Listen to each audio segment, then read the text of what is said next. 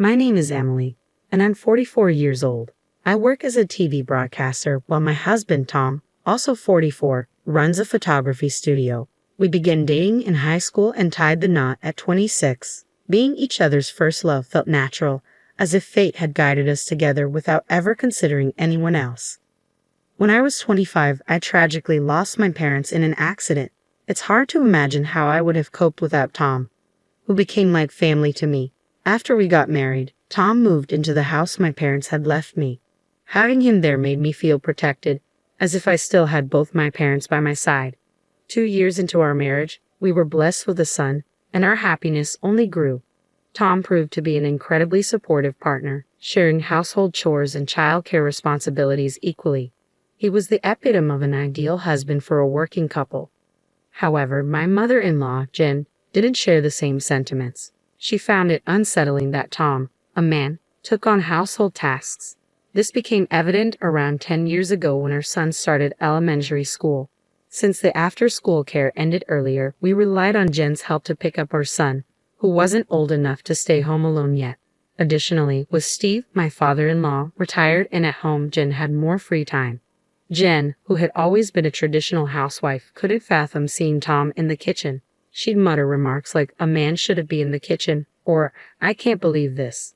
Our generation would never imagine such a thing. Even during my first visit to their house, Jen couldn't resist asking if I planned to quit my job. Her mindset was stuck on the idea that women should be housewives, and she seemed disapproving of my glamorous job as a broadcaster. However, Tom, who had known my passion for broadcasting since our high school days, always supported my dreams. I wholeheartedly supported Tom's dream of becoming a photographer, and working together felt entirely natural to us. We navigated the challenges of nursery school together, but just as we thought elementary school would bring some ease, we encountered the inflexibility of after-school care. This situation forced us to lean more on Jane for assistance. As Jane began to frequent our home, she couldn't resist making comments about the household chores. "The laundry isn't folded properly," or "Isn't this cleaning a bit sloppy? There's dust over there," she'd remark. Tom, ever nonchalant, would respond with ease, "Oh, I'm in charge of the laundry. Is that not okay?" Or, "It's fine. No one dies from a bit of dust." Yet she persisted, complaining to Tom behind my back, questioning his willingness to take on domestic tasks. Despite her critical nature, Jane's help was appreciated, so I chose to listen without confrontation. On the other hand, Jen, with her old-fashioned views, surprisingly embraced modern technology.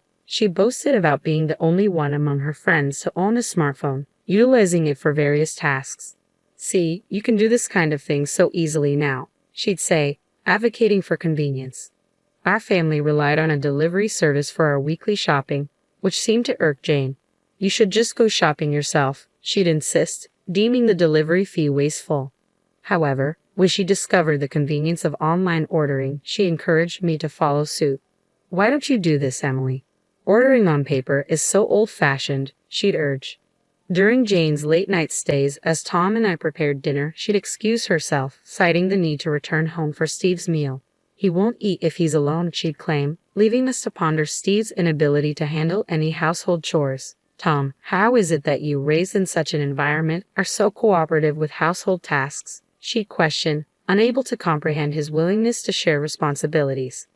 I once asked Tom why he was so diligent with household chores, and he confided that his mom often complained about his dad's lack of help.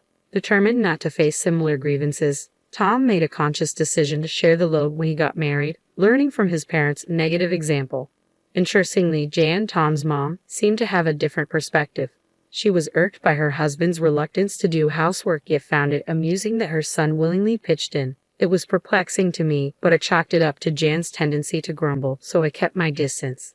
Little did I know, Jan felt so cornered that she resorted to drastic measures like attempting to sell our house without permission. That summer, I was presented with a rare opportunity by my company, a 2-month business trip overseas to cover a sports broadcast at the World Championship. It was a career milestone I couldn't turn down.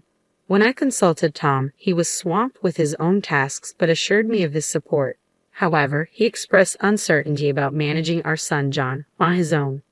Sensing my dilemma, Jan offered to step in. Despite my reservations based on past experiences, I had no other viable options, so I reluctantly entrusted John to her care. We contemplated having Tom and John stay with Tom's parents, but the logistics of commuting to school from there posed a challenge. Ultimately, Jen agreed to stay at our house during weekdays to oversee things. With everything arranged, I embarked on my business trip, successfully completing the sportscasting work and advancing my career, albeit exhausted and relieved upon my return to the U.S. As I arrived at my house on a weekday afternoon, lugging a heavy suitcase, I was met by Jane at the entrance. She seemed oddly eager, as if she had been waiting for me. Just as I was about to express my gratitude for her help in looking after the house during my absence, she dropped a bombshell. "This house sold for $300,000, taking the full amount," she declared matter-of-factly. My tired mind struggled to process her words. "Our house sold?" I asked in disbelief. Jane's eyes sparkled with excitement as she confirmed, "Yes, this house." No, we don't own a house." Confusion clouded my thoughts as I tried to comprehend the situation. I insisted that we did indeed own the house, but Jane just laughed it off, accusing me of lying and claiming there was a registration certificate in my name. Feeling frustrated and getting nowhere in the conversation, I shifted gears, attempting to calm my racing heart. "Let's put that aside for a moment. Why are you selling it?" I asked, hoping for some clarity. Jane's response sent a shiver down my spine. "What belongs to the wife belongs to the husband, and therefore to me. I'm using it to build a new house," she explained, her eyes bloodshot with determination. Suddenly, a sense of fear crept over me. A new house. For us. Tom and I. But why? This way, Tom won't have to do household chores anymore. I've been so sorry for him, Jane added, her voice tinged with an unsettling fervor. "I raised him not to do such things, and I won't allow Tom to do household chores in the future," she declared firmly, her expression resolute. As I pieced together the story, it became clear that shortly after our marriage, when Tom was in the kitchen, she had instructed him to let me handle such tasks. Tom, however, had politely declined, stating, "No, this house is Emily's. I have to do at least this much." Unfortunately, she misconstrued his words, believing that Tom only helped with chores because he was living in my house.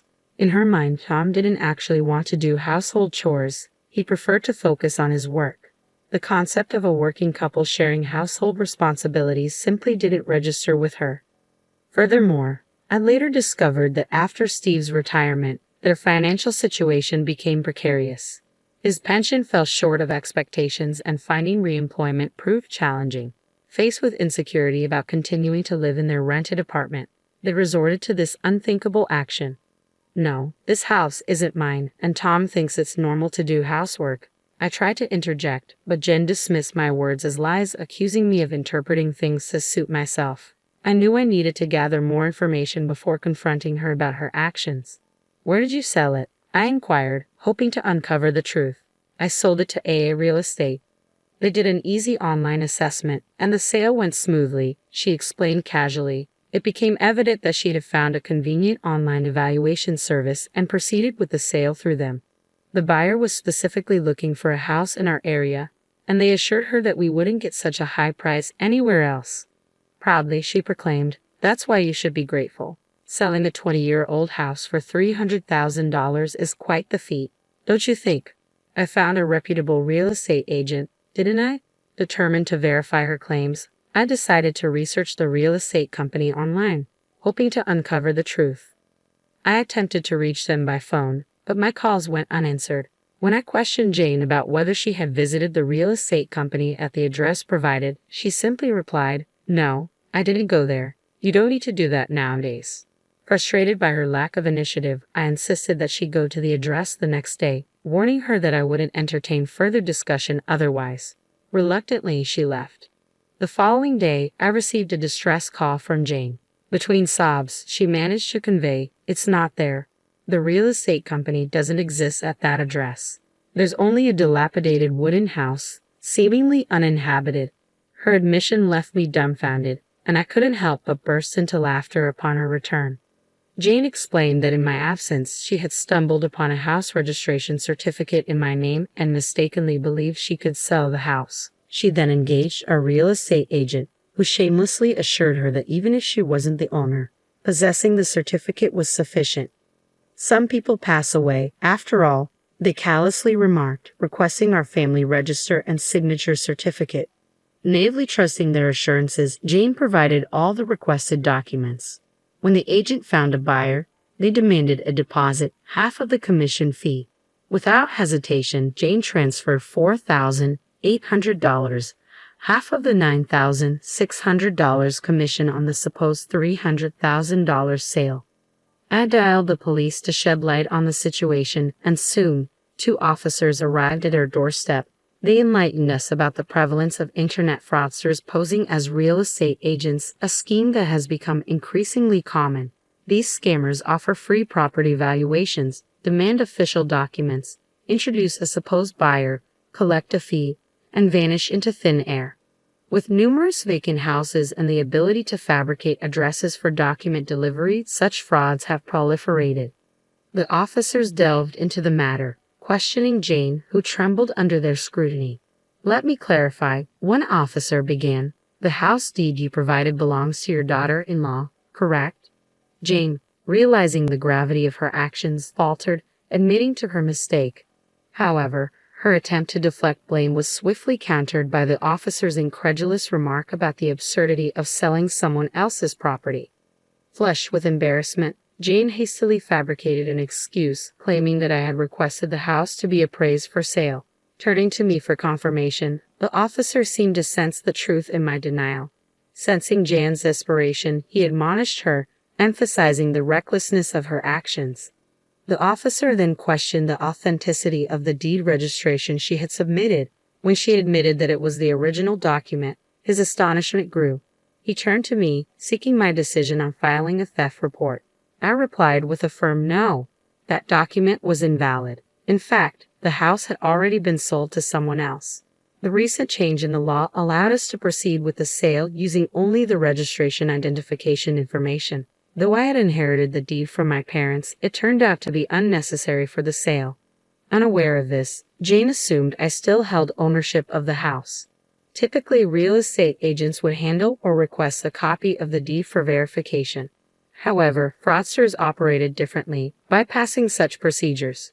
In her embarrassment, Jane shot me a resentful look and muttered about the curse of selling one's parents' home, attributing it to people in flashy jobs.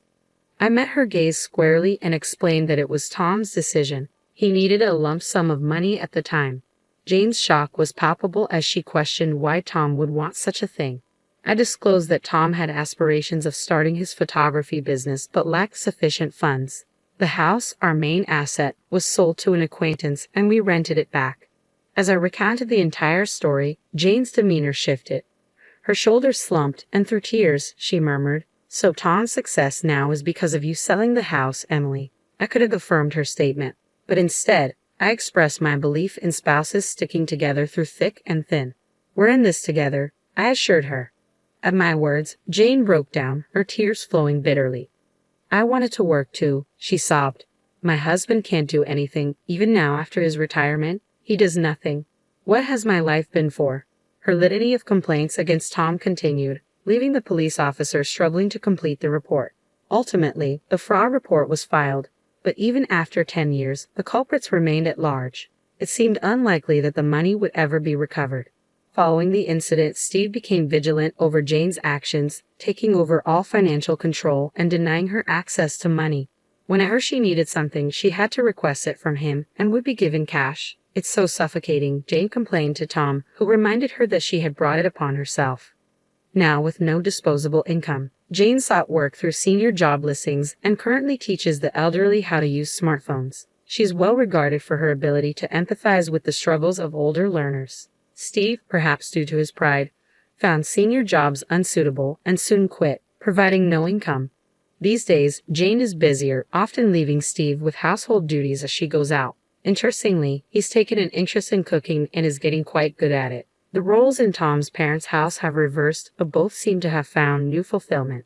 As for me, after my overseas business trip, I successfully climbed the career ladder and now anchor the evening news. Tom's photography studio is thriving. And we've managed to save enough to consider buying back and renovating the family home.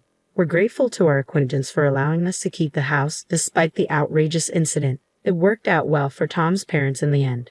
Our son is turning 17 and approaching adulthood, so I shared this story with him as a cautionary tale about internet fraud.